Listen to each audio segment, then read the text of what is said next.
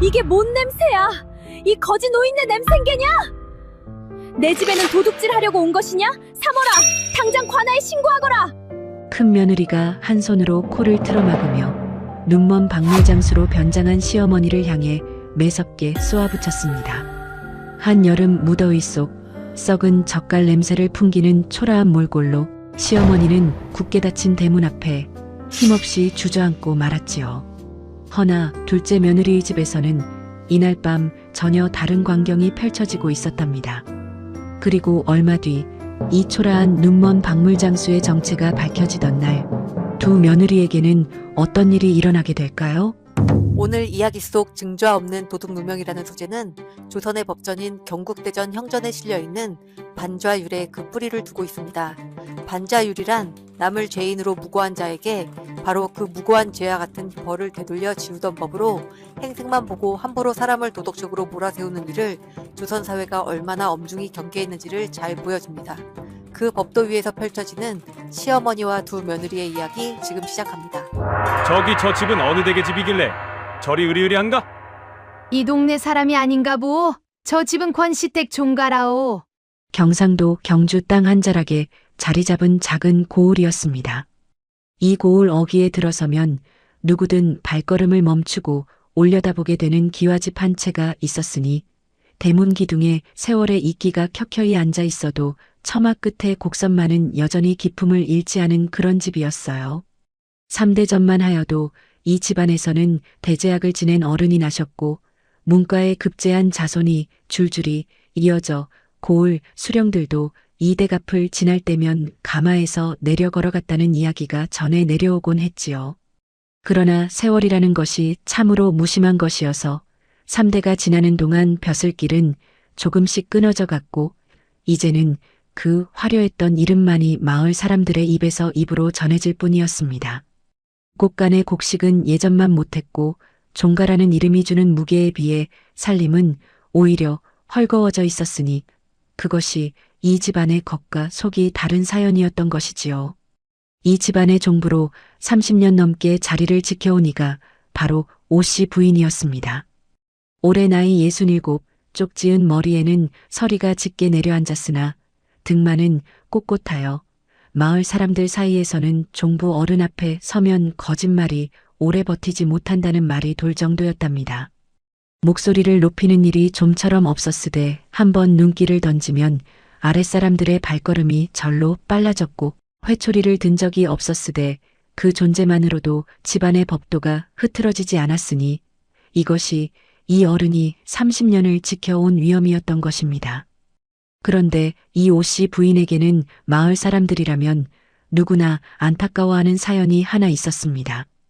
오씨 부인이 24 나이에 이 집안으로 시집을 왔을 때 남편 권진사는 학식이 깊고 성품이 온화한 사람으로 소문이 자자했지요. 부부의 금슬 또한 남부러울 것이 없었으니 두 아들 익형과 익설을 낳고 기르는 그 몇 해가 오씨 부인의 생애에서 가장 볕이 따사로운 시절이었던 것입니다. 그러나 그 볕은 오래가지 못했습니다. 권진사가 39 되던 해 여름 갑작스레 열병에 걸려 자리보전을 하더니 채 보름을 넘기지 못하고 세상을 떠나고 말았으니까요. 그때 큰아들 익현이 8살, 작은아들 익선은 겨우 5살이었답니다. 남편을 여인 뒤 오씨 부인을 짓누른 것은 슬픔만이 아니었습니다. 문중 어른들 사이에서는 저마다 다른 걱정들이 오갔지요. 점디 젊은 종부 홀로 이 넓은 종가의 살림과 어린 두 아들을 어찌 다 건사하겠느냐는 것이 첫 번째 관심이었습니다. 시숙되는 이가 하루는 조용히 찾아와 이런 말을 건넨 적도 있었지요. 형수님 혼자 이 큰 살림에 아이들까지 건사하기 벅차실 겁니다. 익현이는 우리 집에서 거두어 키울 터이니 형수님은 조금 짐을 더셔도 됩니다. 문중회의에서는 종가의 대를 튼튼히 하자는 취지로 가까운 친척 집안의 아이를 양자로 드리는 것이 어떻겠냐는 의견도 조심스레 나왔다지요. 그러나 오씨 부인은 그때마다 단호히 고개를 가로저었습니다. 자식을 남의 손에 맡기고서야 어찌 엄이라 이를 수 있겠는가. 핏줄이 다른 아이를 들여 종가를 잊게 하는 것이 진정 이 사람에 대한 도리이겠는가. 오씨 부인은 그리 마음을 다잡았던 것입니다. 그날 이후 오씨 부인은 낮에는 곳간 열쇠를 쥐고 종가의 재산을 손수 지켰고 밤에는 두 아들의 이불깃을 여며주며 아비의 빈자리를 대신 채웠습니다. 벼슬길이 끊어져 살림이 넉넉지 않던 시절에도 제사상 하나 거른 적이 없었고 흉년이 들어 곳간이 비어갈 때에도 이웃에게 밥 짓는 연기를 나눠주는 것을 마다한 적이 없었으니 마을 사람들이 이 어른을 존경하게 된 것도 다 이런 세월이 쌓여서였던 것이랍니다. 그렇게 애지중지 키운 두 아들은 무럭무럭 자라 각각 진사시에 급제하였습니다. 큰아들 익현은 대과에는 계속 낙방하여 지금은 서당 훈장으로 생계를 잇고 있었고 작은아들 익선은 서원에서 유생들을 가르치는 접장 노릇을 하고 있었지요. 벼슬길에는 오르지 못했으나 그래도 학식을 인정받아 고을에서 나름의 대접을 받고 있었으니 이것이 오씨 부인이 홀로 버텨온 세월에 대한 작은 보답이었던 셈입니다. 그런데 그의 늦봄 어느 밤 오씨 부인은 잠자리에 들려다 말고 자신의 손을 물끄러미 내려다보게 되었습니다. 요즘 들어 부쩍 손끝이 가늘게 떨리는 일이 잦아졌던 것이지요. 바느질을 하다가도 바늘을 놓치는 일이 생겼고 찻잔을 들 때면 뜨거운 물이 손등으로 흘러내리는 일도 몇 차례나 있었습니다. 게다가 밤이 이슥해지면 이상하게도 숨이 차오르는 증세가 함께 찾아왔으니 처음에는 그저 나이 탓이려니 넘겼으나 그 밤은 유독 그 생각이 무겁게 가슴을 짓눌렀던 것입니다. 내가 언제까지 이곳간 열쇠를 쥐고 있을 수 있겠는가. 그 생각이 한번 떠오르자 좀처럼 떨쳐지지 않았습니다. 종가의 제사를, 족보를, 오랜 세월 지켜온 이 집안의 법도를 대체 누구에게 넘겨야 할 것인지 그 물음이 밤새 잠을 이루지 못하게 만들었던 것이지요. 며칠 뒤 오씨 부인은 두 아들 익현과 익설을 사랑방으로 불러 함께 저녁상을 받았습니다. 흔한 일은 아니었으나 어미가 부르니 두 아들 모두 두말 없이 달려왔지요. 밥상 위에는 나물 몇 가지와 된장국이 전부였으나 그 소박한 상 앞에서 오씨 부인은 넌지시 말을 꺼냈습니다. 요즘 집안 살림이 다들 어떠하냐? 며느리들은 잘 지내고 있느냐? 큰아들 익현이 먼저 대답했습니다. 예, 어머님. 옥진이가 살림을 야무지게 꾸려나가고 있으니 걱정 마십시오. 친정이 소금 상단을 하는 집안이다 보니 셈에도 밝고 아랫사람 부리는 것도 빈틈이 없습니다. 익현의 말투에는 은근한 자부심이 묻어 있었습니다. 그러나 오씨 부인은 그 말을 들으며 고개를 살짝 기울였지요.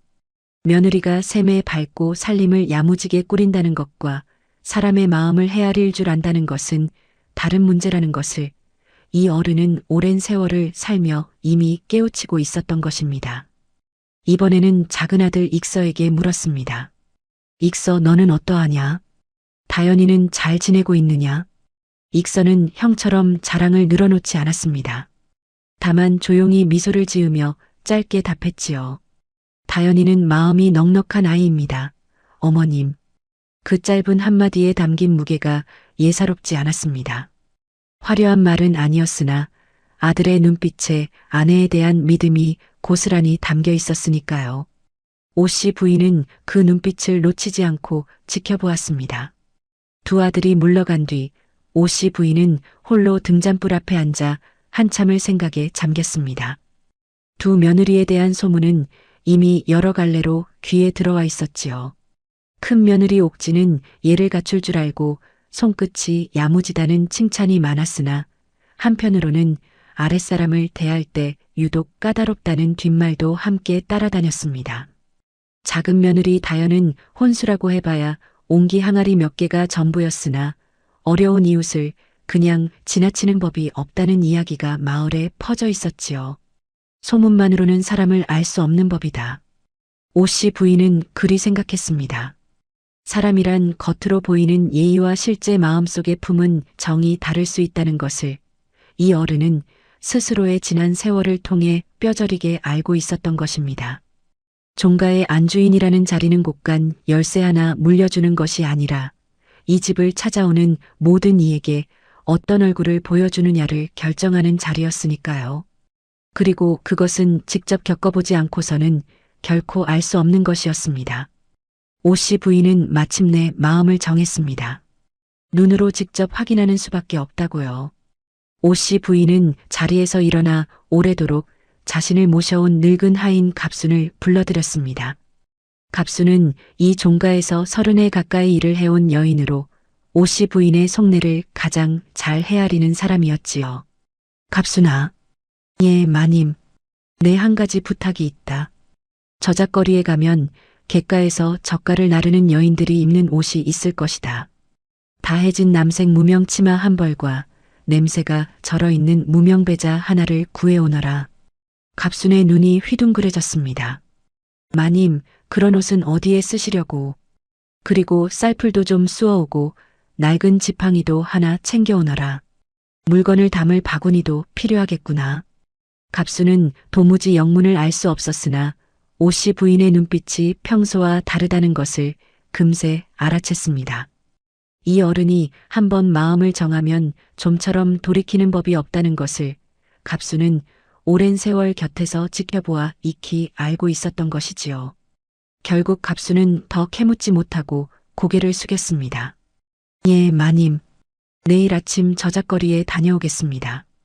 이튿날 밤 갑순이 구해온 것들이 안방 한켠에 놓였습니다.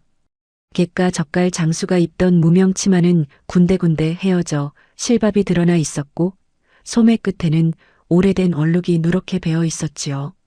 배자를 코앞에 가져가자 시큼하고 비릿한 냄새가 훅 끼쳐왔으니 이것이야말로 한여름 무더위 속에서 며칠을 삭힌 젓갈 냄새였던 것입니다. 오씨 부인은 평소 입던 하늘색 비단 저고리와 남색 비단 치마를 벗어 반듯하게 개어 놓았습니다. 그리고 그 낡은 무명 치마를 몸에 걸쳤지요. 살갗에 닿는 감촉이 거칠고 텁텁하였으나 오씨 부인은 눈썹 하나 찌푸리지 않았습니다. 배자까지 마저 걸치고 나니 방 안가득 젓갈 냄새가 퍼졌고 갑순은 코를 틀어막으며 눈물까지 글썽였지요. 마님, 이 냄새를 어찌 견디시려고. 견뎌야지. 견디지 못하면 이 시험이 무슨 소용이겠느냐. 오씨 부인은 담담히 대답했습니다. 그러고는 머리를 부수수하게 풀어 헤치고는 갑순이 쑤어온 쌀풀을 손끝에 찍어 눈두덩에 발랐지요. 처음에는 어색하여 몇 번을 고쳐 발랐으나 이내 눈두덩 전체가 뿌옇게 흐려지며 마치 백태가 낀 듯한 모양이 만들어졌습니다. 대야에 담긴 물에 얼굴을 비춰보니 그 안에는 종부 오씨 부인이 아니라 객가를 떠도는 눈먼 박물장수 노파가 앉아 있었지요. 오씨 부인은 지팡이를 짚어보았습니다. 처음에는 지팡이에 의지하는 걸음이 어색하였으나 몇 걸음 옮기다 보니 나이 들어 자연스레 굽어진 등과 떨리는 손끝이 오히려 의 변장에 힘을 보태주었습니다. 목소리도 갈라지게 다듬어 몇 마디 중얼거려 보았지요. 물건 좀 사시겠소. 갑순이 그 목소리를 듣고 저도 모르게 몸을 움찔했습니다. 마님 목소리까지 그리하시니 정말이지 소름이 돋습니다요. 됐다. 이만하면 누구도 이 늙은이를 알아보지 못하겠구나. 오씨 부인은 나직이 말했습니다. 바구니 안에 놀이개 몇 개와 비녀, 얼레빗을 챙겨 넣고 지팡이를 짚은 채 자리에서 일어섰지요. 갑순이 마지막까지 만류하려 했으나 오씨 부인의 결심은 흔들리지 않았습니다. 이 늙은이가 눈 감기 전에 마지막으로 확인해야 할 일이다. 내 두 눈으로 직접 보지 않고서는 이 집안의 앞날을 그 누구에게도 맡길 수 없지 않겠느냐. 그 말에 갑순은 더 이상 말을 잇지 못하고 조용히 고개를 숙였습니다. 오씨 부인은 방문을 열고 마당으로 나섰지요. 한여름 밤 공기가 후덥지근하게 얼굴을 감쌌고 멀리서 개구리 울음소리가 논둑을 타고 울려 퍼지고 있었습니다. 지팡이를 짚은 발걸음이 대문을 넘어 어둠 속으로 서서히 사라져갔습니다. 그 뒷모습을 지켜보던 갑수는 두 손을 모은 채 한참 동안 그 자리에 서 있었으니 이 밤이 앞으로 이 집안에 어떤 파문을 몰고 올지 그때는 그 누구도 짐작하지 못했던 것이랍니다. 오씨 부인이 눈먼 박물장수로 변장하기 며칠 전 경주 고을 저작거리에서는 흉흉한 소문 하나가 떠돌고 있었습니다. 저작거리 초입에서 자파를 팔던 박물장수 하나가 실은 눈이 먼 척 행세하며 집집마다 돌아다니다가 안주인이 방심한 틈을 타 폐물을 슬쩍 훔쳐 달아났다는 것이었지요. 처음에는 그저 뜬 소문이려니 하는 사람도 있었으나 이웃 고을에서 실제로 은비녀 하나를 잃어버렸다는 집이 나오면서 그 소문은 삽시간에 사실처럼 굳어져 버렸던 것입니다. 이 소문이 유독 크게 부풀려진 데에는 나름의 곡절이 있었습니다. 눈먼 척하는 이가 집안 구석구석을 더듬는 척 살피다가 감나가는 물건이 있는 곳을 정확히 짚어냈다는 이야기까지 덧붙여지면서 사람들은 눈먼 행색 자체를 의심의 눈초리로 바라보게 되었던 것이지요. 저작거리 안악들이 모여 앉으면 이 이야기가 빠지지 않았고 그 소문은 결국 큰 며느리 서옥진의 귀에까지 들어가고야 말았습니다. 서옥진이 이 소문을 들은 것은 정확히 나흘 전 저작거리에 물건을 사러 나갔던 몸종 3월이 전해준 이야기를 통해서였습니다. 마님, 글쎄 요 며칠 눈먼 박물장수를 가장한 도둑이 이 고을, 저 고을을 돌아다닌다지 뭐예요. 안주인이 눈치 못 채는 사이 폐물을 훔쳐 달아난다고 하니 조심하셔야겠어요. 서옥진은 그 말을 듣고 코웃음을 쳤으나 속으로는 은근히 경계심이 일었던 것도 사실이었습니다. 서옥진에게는 그럴 만한 이유가 있었지요. 친정이 안동에서 소금 상단을 운영하는 거상 집안인 까닭에 어려서부터 재물을 지키는 일이 얼마나 중요한지를 귀에 못이 박히도록 듣고 자랐던 것입니다. 서옥진의 아버지 서만석은 늘 딸에게 이렇게 일렀다지요. 재물이란 지키는 자에게만 남는 법이다. 방심하는 순간 남의 것이 되고 마느니라. 그 가르침이 몸에 깊이 배어있던 서옥진이었기에 도둑 소문을 듣고 나서부터는 부쩍 대문 단속에 신경을 쓰기 시작했습니다. 밤이면 몸소 대문 빗장을 2번, 3번 확인했고 낯선 인기척이 들리면 3월을 먼저 내보내 살피게 했지요. 그러니 이 소문이 서옥진의 마음속에서 얼마나 큰 무게로 자리 잡고 있었는지 짐작이 가고도 남는 일이었던 것입니다. 그날 밤 오씨 부인은 먼저 큰아들 이현의 집으로 향했습니다. 이현은 마침 이웃 고을 서당에서 며칠 묵으며 아이들을 가르치고 있던 참이라 집을 비운 상태였으니 집에는 서옥진과 몸종 3월 둘뿐이었지요. 한여름 밤이라 하여도 해가 지고 나면 그나마 더위가 한풀 꺾이기 마련이었으나 그날따라 유독 후텁지근한 바람이 불어 마당에 나뭇잎조차 축 늘어져 있었습니다. 오씨 부인은 그 무더운 밤길을 지팡이 하나의 의지에 걸어왔으니 낡은 무명 치마 속으로 땀이 배어나와 젓갈 냄새와 뒤섞이며 한층 더 지독한 악취를 풍기고 있었던 것이지요. 눈두덩의 바른 쌀풀도 땀에 젖어 조금씩 흘러내리려는 것을 오씨 부인은 손등으로 슬며시 닦아내며 애써 태연한 척했습니다. 이현의 집은 종가 옆 별채로 지어진 번듯한 기와집이었습니다. 대문 앞에는 돌계단이 3칸 놓여 있어 드나드는 이의 격을 은근히 가늠하게 하는 구조였지요. 오씨 부인은 그 돌계단 아래에 멈춰서서 지팡이 끝으로 대문을 가만히 두드렸습니다. 똑똑 안에서 3월이 마당을 가로질러 나오는 발소리가 들렸지요. 대문이 열리고 3월의 얼굴이 나타났습니다. 니신지요? 지나가던 늙은이인데 물건을 좀 팔러 왔소. 놀이개도 있고 비녀도 있으니 혹시 살 마음이 있으신가 하여. 오씨 부인은 목소리를 갈라지게 다듬어가며 바구니를 살짝 들어보였습니다. 3월은 어둠 속에서 노파의 뿌연 눈을 발견하고는 흠칫 놀랐지요. 눈이 먼 것 같은 노인이 밤중에 홀로 물건을 팔러 왔다는 것 자체가 예사롭지 않게 느껴졌던 것입니다. 게다가 바람을 타고 풍겨오는 시큼한 냄새까지 더해지니 3월은 저도 모르게 한 걸음 뒤로 물러섰습니다. 자, 잠시만 기다리세요. 마님께 여쭈어 보고 오겠습니다. 3월이 안방으로 달려가 서옥진에게 이 사실을 전했습니다.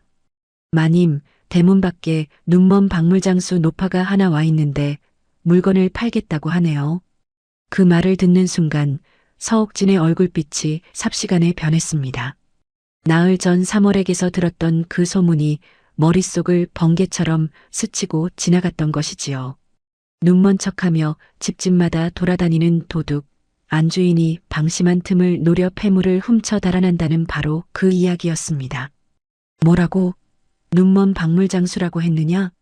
서옥진의 목소리가 날카로워졌습니다. 자리에서 벌떡 일어난 서옥진은 경대 위에 놓아둔 폐물함을 흘낏 돌아보았지요. 오늘 낮에 새로 맞춘 금박 물린 뒷꽂이가 그 안에 들어 있었으니 하필이면 이런 밤에 그런 소문이 주인공과 똑 닮은 이가 문 앞에 나타났다는 것이 결코 우연으로 여겨지지 않았던 것입니다. 내 직접 나가보아야겠다. 서옥진은 그리 말하며 성큼성큼 마당을 가로질러 걸어나갔습니다. 돌계단 아래에는 지팡이를 짚은 노파가 구부정한 자세로 서 있었습니다. 낡은 무명 치마는 여기저기 헤어져 있었고 배자에서는 코를 찌르는 젓갈 냄새가 진동했으며 뿌옇게 흐려진 눈두덩은 어둠 속에서도 유독 도드라져 보였지요. 서옥진은 그 모습을 위아래로 훑어보았습니다. 처음에는 그저 측은한 마음이 들 법도 했으나 나흘 전부터 마음속에 자리 잡은 그 소문이 서옥진의 눈을 흐리게 만들고 있었던 것입니다. 사람을 있는 그대로 보지 못하고 소문이라는 색안경을 통해 바라보게 되면 이토록 왜곡된 판단을 하게 되는 법이었으니까요. 할멈, 지금 물건을 팔러 왔다고 했소? 예, 마님. 놀이개도 있고 노비녀도 있으니 어디 한번 봐주시지 않겠소? 오씨 부인이 바구니를 열어 놀이개 하나를 꺼내 보이려는 순간 서옥진의 입에서 날카로운 말이 튀어나왔습니다. 뭔 냄새야 이게? 이 거지 노인네가 도둑질한 물건을 팔겠다고 내 집 문턱을 넘어들어와? 당장 관아에 신고하거라. 서옥진은 한 손으로 코를 틀어막으며 뒤로 물러섰습니다. 그 목소리가 어찌나 매서웠는지 함께 나와 있던 3월조차 놀라 어깨를 움츠릴 정도였지요. 오씨 부인은 순간 당황하였습니다. 이 정도로 매몰찬 반응이 나오리라고는 미처 예상하지 못했던 것입니다. 마님, 이 늙은이가 훔친 물건이 아니외다. 이건 그저 저작거리에서 정직하게 사고판 물건들일 뿐이니 그 말을 내가 어찌 믿겠소? 요즘 이 고을에 눈먼 박물장수를 가장한 도둑이 돌아다닌다는 소문이 파다한데 하필이면 이 밤중에 그런 행색을 하고 우리 집 대문 앞에 나타났으니 이보다 더 수상한 일이 어디 있겠소? 오씨 부인은 다시 한번 결백을 밝히려 애썼습니다. 바구니 속 물건들을 조심스레 꺼내며 말을 이었지요. 마님, 이 놀이개는 제가 저작거리 옹기 전 옆에서 정당하게 값을 치르고 산 것이고 이 얼레빗은 인근 마을 목물전에서 받아온 것이외다. 훔친 물건이 아니라는 것을 이 늙은이가 어찌 증명해 드려야 하겠소. 그러나 서옥진의 귀에는 그 말이 오히려 더 수상하게 들렸습니다. 사람의 마음이란 참으로 묘한 것이어서 한번 의심이 자리를 잡으면 상대의 어떤 해명도 그 의심을 더 굳히는 재료로 쓰이고 마는 법이었으니까요. 말은 청산유수로구려. 도둑질을 하고도 일이 그럴듯하게 발뺌하는 것을 보니 한두 번 해본 솜씨가 아닌 게 분명하오. 그러고 보니 눈까지 먼 척하는 것도 다 사람을 방심하게 만들려는 수작이 아니오? 마님, 그런 것이 아니외다. 이 늙은이의 눈은 정말로 듣기 싫소. 3월아, 이 도둑 할멈을 당장 이 집에서 내쫓거라. 그리고 혹시 모르니 관아에도 기별을 넣어야겠다. 서옥진의 단호한 말에 3월은 어쩔 줄 몰라 하며 오씨 부인의 팔을 조심스레 잡아 끌었습니다. 3월의 손길에는 미안함이 묻어 있었으나 마님의 명을 거스를 수는 없는 처지였던 것이지요. 할머니, 죄송하지만 그만 가보셔야겠어요. 오씨 부인은 지팡이를 짚은 채 돌계단 아래로 밀려나듯 물러섰습니다. 뒤이어 서옥진이 마지막으로 한마디를 더 덧붙였지요. 다시는 이 근처에 얼씬거리지 마시오. 다음에 또 눈에 띄면 그때는 정말 치도곤을 당할 줄 아시오. 말이 끝나기 무섭게 대문이 거칠게 닫혔습니다.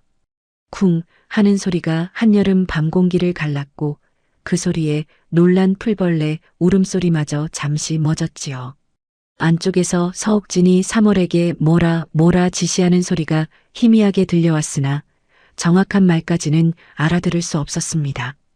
오씨 부인은 굳게 닫힌 대문 앞에서 그만 힘이 풀려 돌계단 아래 그 자리에 주저앉고 말았습니다. 지팡이가 손에서 미끄러져 흙바닥에 툭 떨어졌지요. 무릎이 시큰거렸으나 그 아픔보다 가슴 한편이 더 시리게 저려오는 것을 느꼈습니다. 한참을 그렇게 앉아있던 오씨 부인의 머릿속에는 여러 생각이 뒤엉켜 지나갔습니다. 소문 하나에 이토록 매섭게 사람을 몰아세울 수 있다는 것이, 그리고 상대의 해명을 단 한마디도 들으려 하지 않는다는 것이 이 어른의 가슴을 무겁게 짓눌렀던 것이지요. 며느리가 이토록 매정한 것이 소문탄만은 아닐 것이다. 소문이란 그저 불씨일 뿐, 그 불씨가 이렇게 크게 번진 것은 평소 사람을 대하는 마음 바탕에 이미 그런 성정이 자리하고 있었기 때문이 아니겠는가. 오씨 부인은 그리 생각하며 천천히 몸을 일으켰습니다. 흙 묻은 지팡이를 다시 주워들고 무릎을 짚으며 일어서는 그 모습이 유난히 힘겨워 보였지요. 젓갈 냄새 나는 옷자락에 묻은 흙먼지를 툭툭 털어내며 오씨 부인은 돌계단을 내려와 골목길을 따라 천천히 발걸음을 옮기기 시작했습니다. 밤길을 걷는 동안 오씨 부인의 머릿속에는 문득 젊은 시절 남편 권진사와 나누었던 이야기 하나가 떠올랐습니다. 권진사가 살아생전 늘 입버릇처럼 하던 말이 있었지요. 이 집을 찾아오는 사람이 누구든 그 사람의 옷차림이 아니라 그 사람의 사정을 먼저 헤아려야 하오. 사람이란 겉모습으로 판단하기 시작하면 끝이 없는 법이니까. 그 말을 남편이 하던 그 순간 오씨 부인은 그저 고개를 끄덕였을 뿐이었습니다.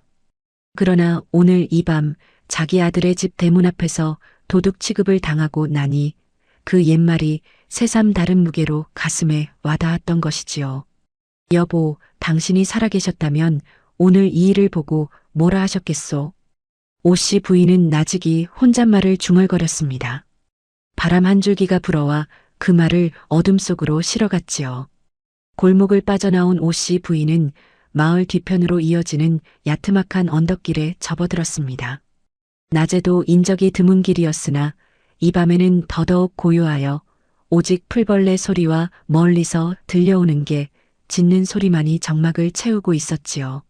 언덕을 반쯤 올랐을 무렵 오씨 부인은 잠시 걸음을 멈추고 뒤를 돌아보았습니다. 방금 전 자신을 내쫓았던 큰아들의 기와집 지붕이 달빛 아래 희미하게 보였지요. 그 지붕을 바라보며 오씨 부인은 착잡한 한숨을 내쉬었습니다. 첫 번째 시험에서 이런 모습을 보게 될 줄이야. 그러나 오씨 부인은 이내 마음을 다잡고 다시 걸음을 옮겼습니다. 아직 한 곳이 남아 있었으니까요. 언덕 마루에 올라서자 저 아래로 작은 초가지붕 하나가 눈에 들어왔습니다. 큰아들의 번듯한 기와집과는 비교도 되지 않을 만큼 소박한 집이었으나 그 지붕 아래 창호지 문틈으로 은은한 호롱불빛이 새어 나오고 있었지요. 작은 아들 익서의 집이었고 작은 며느리 다연이 홀로 살림을 지키고 있는 곳이었습니다. 오씨 부인은 그 불빛을 바라보며 천천히 언덕을 내려가기 시작했습니다. 오씨 부인이 언덕을 다 내려왔을 때는 이미 밤이 제법 깊어 있었습니다. 큰아들의 집에서 도둑 누명을 쓰고 쫓겨난 지 반식경 남짓 지났을 무렵이었지요. 그 사이 몸은 더욱 지쳐 있었고 다리는 천근만근 무겁게 느껴졌습니다. 중풍 기운까지는 아니어도 나이든 무릎이 언덕길을 오르내리는 것을 힘겨워하는 것을 오씨 부인 스스로도 모르지 않았던 것입니다. 작은 아들 익서의 집은 형의 번듯한 기와집과는 사뭇 달랐습니다. 종가에서 살림을 크게 나누어 주지 못한 까닭에 익서 내외는 처음부터 작은 초가에서 살림을 시작했던 것이지요. 그러나 낮은 돌담과 소박한 살인문 너머로 보이는 마당은 정갈하기 그지없었고 처마 밑에는 옹기 몇 개가 가지런히 놓여 있었습니다. 다연히 친정에서 가져온 그 옹기들이었지요. 오씨 부인은 살인문 앞에 서서 잠시 숨을 골랐습니다. 큰 며느리 집에서 겪은 매몰찬 대접이 아직도 가슴 한구석에 뻐근하게 남아 있었으나 이 늙은이는 그 감정을 애써 누르며 지팡이 끝으로 살인문을 두드렸습니다. 똑똑. 기다린 지 얼마 되지 않아 안쪽에서 인기척이 들렸습니다. 발소리가 가볍고 빨랐지요. 살인문이 열리며 다연의 얼굴이 나타났습니다. 뉘신지요, 이 밤중에? 목소리에 놀란 기색은 있었으나 경계하는 날카로움은 없었습니다. 그저 누가 왔는지 궁금해하는 자연스러운 물음이었던 것이지요. 다연은 살인문 밖에 서 있는 노파를 찬찬히 살폈습니다. 지팡이를 짚은 손이 가늘게 떨리고 있었고 눈두덩은 뿌옇게 흐려져 있었으며 옷에서는 시큼한 냄새가 풍겨왔지요. 그 순간 다연의 머릿속에도 잠시 저작거리에서 들었던 소문이 스쳐 지나가지 않은 것은 아니었습니다. 다연 역시 얼마 전 이웃 안악에게서 눈먼 박물장수 도둑 이야기를 들은 적이 있었으니까요. 그러나 다연은 그 생각을 오래 붙들지 않았습니다. 여기에는 다연 나름의 이유가 있었지요. 다연의 아버지 백노인이 옹기를 굽던 시절 가마 앞에는 온갖 사람들이 드나들었습니다. 그 중에는 행색이 남루한 나그네도 적지 않았지요. 언젠가 백노인은 딸에게 이렇게 말한 적이 있었습니다. 사람이 문 앞에 서 있으면 그 사람이 어떤 사람인지 가늠하기 전에 먼저 문을 열어야 하는 법이다. 의심은 문을 열고 나서 해도 늦지 않으나 문을 닫고 나서야 뒤늦게 사정을 알게 되면 그때는 이미 늦은 것이니라. 그 가르침이 몸에 깊이 밴 다연이었기에 눈먼 노파를 앞에 두고 소문부터 떠올리며 의심하는 것이 오히려 낯설게 느껴졌던 것입니다. 게다가 지팡이를 짚은 손끝이 가늘게 떨리는 것을 보니 저 노인이 이 밤중에 얼마나 힘겹게 걸어왔을지가 먼저 눈에 들어왔던 것이지요. 할머니, 이 밤에 어찌 여기까지 오셨어요? 다리도 성치 않으신 것 같은데 어서 들어오세요. 다연은 망설임 없이 살인문을 활짝 열었습니다. 오씨 부인은 그 목소리에 담긴 온기를 느끼며 마당으로 발을 들여놓았지요. 좁은 마당이었으나 빗자루 자국이 가지런히 남아있을 만큼 깨끗하게 쓸려 있었고 장독대 위에는 된장 항아리와 고추장 항아리가 반듯하게 줄지어 서 있었습니다. 할머니, 물건을 파신다고 하셨지요? 그건 나중에 날이 밝으면 천천히 보고 살게요. 지금은 일단 좀 쉬셔야지요. 다연은 오씨 부인의 팔을 살며시 부축하며 방문 앞까지 이끌었습니다. 그런데 그 손이 노파의 소매에 닿는 순간 시큼한 젓갈 냄새가 코끝에 훅 끼쳤을 것이 분명했지요. 그럼에도 다연의 손은 물러나지 않았습니다. 오히려 좀 더 단단히 부축하며 방 안으로 안내했지요. 방 안은 호롱불 하나가 은은하게 밝히고 있었습니다. 다연은 일부러 호롱불을 가까이 가져오지 않고 방 한쪽 구석에 그대로 두었지요. 형편이 넉넉지 않은 살림이라 기름을 아끼려는 습관이 몸에 밴 까닭이었으나 그 덕에 방 안은 어둑한 기운이 감돌았습니다. 아이고, 이 늙은이가 워낙 더러운 몸이라 방에 들어가면 냄새가 배겠소. 마루에서 바람만 피해도 충분하오. 오씨 부인이 사양하며 말했으나 다연은 고개를 저었습니다. 할머니, 마루에서는 밤이슬을 피할 수 없어요. 냄새야 나중에 이불 빨면 그만이지요. 어서 앉으세요. 그 말이 어찌나 담담했는지 마치 빨래 한 번 더 하는 일짐은 아무것도 아니라는 듯 가볍게 흘러나왔습니다. 오씨 부인은 더 사양하지 못하고 아랫목에 앉았지요. 그 온기가 얼어붙은 것도 아닌 한여름 밤이었으나 이상하게도 그 자리에 앉으니 몸이 노곤하게 풀리는 것을 느꼈던 것입니다. 다연은 부엌으로 나가 물을 데워 대야에 담아왔습니다. 그리고 무명천을 물에 적셔 꼭 짠 뒤 오씨 부인 앞에 조심스레 내밀었지요. 할머니, 손발이라도 좀 닦으세요. 밤길 걸으셨을 텐데 발이 많이 부으셨을 거예요. 오씨 부인은 그 무명천을 받아 손을 닦았습니다. 뿌연 눈두덩 쪽으로 다연의 손이 다가오려 하자 오씨 부인은 재빨리 고개를 살짝 돌리며 말했지요. 눈은 손대지 않아도 돼요. 손을 대면 오히려 더 시리고 아파서 그러오. 다현은 그 말에 별다른 의심 없이 고개를 끄덕였습니다. 아, 그러시군요. 그럼 눈은 그대로 두고 손발만 좀 닦아드릴게요. 다현은 눈두덩이는 손을 대지 않고 대신 오씨 부인의 발을 조심스레 씻겨드렸습니다. 발가락 사이사이까지 정성스레 닦아내는 그 손길에는 조금의 꺼림도 없었지요. 오씨 부인은 그 손길을 느끼며 눈시울이 뜨거워지는 것을 애써 참았습니다. 큰 며느리 집 대문 앞에서 도둑 취급을 당하던 그 순간과 지금 이 손길이 너무나 다른 것이었으니까요. 발을 다 씻기고 난 뒤 다현은 잠시 무언가 생각하는 듯 하더니 다시 부엌 쪽으로 나갔습니다. 잠시 후 돌아온 다현의 손에는 작은 종이 꾸러미 하나가 들려 있었지요. 할머니, 눈이 편찮으신 것 같은데 이건 결명자예요. 얼마 전 마을에 오신 의원 어른께 들었는데 눈이 침침하거나 백태가 낀 사람은 이걸 다려서 그 김을 눈에 쐬면 한결 낫다고 하시더라고요. 제가 넉넉히 챙겨두었으니 가져가세요. 오씨 부인은 그 꾸러미를 받아들며 잠시 말을 잇지 못했습니다. 다현이 자신의 눈을 직접 살피려 하지 않고도 이렇게 세심하게 챙겨주는 것이 이 늙은이의 마음을 뭉클하게 만들었던 것이지요. 고맙소, 아가씨. 이 은혜를 어찌 갚아야 할지 모르겠소. 은혜는요. 그저 당연히 할 일을 한 것뿐이에요. 다현은 곧이어 부엌으로 나가 저녁상을 준비했습니다.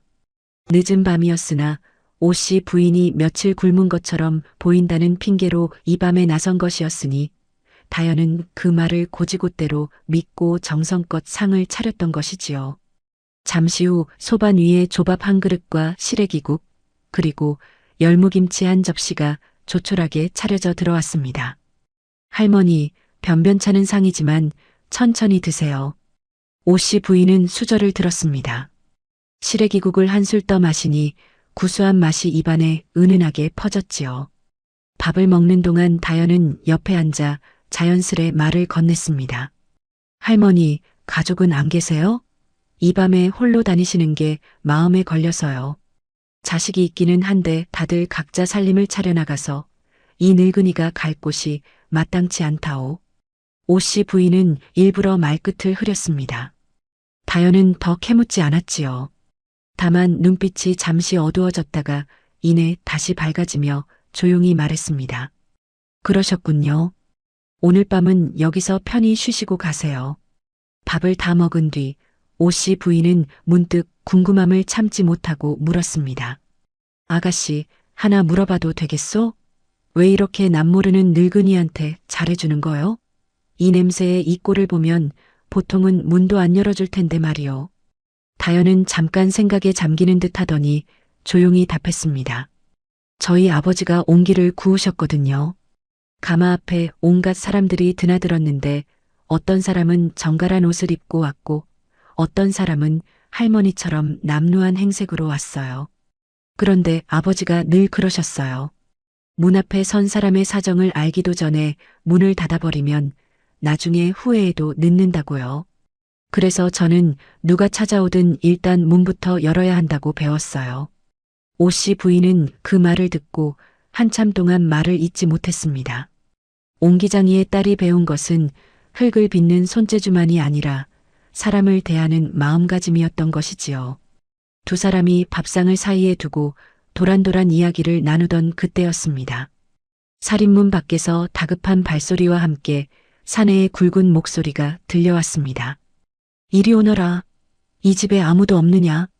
다현이 놀라 자리에서 벌떡 일어섰습니다. 이 밤중에 이토록 급하게 사람을 찾는 소리가 예사롭지 않았던 것이지요. 오씨 부인의 얼굴에도 순간 긴장한 빛이 스쳤습니다. 다현이 살인문으로 나가보니 관아에서 나온 나졸 둘이 횃불을 들고 서 있었습니다.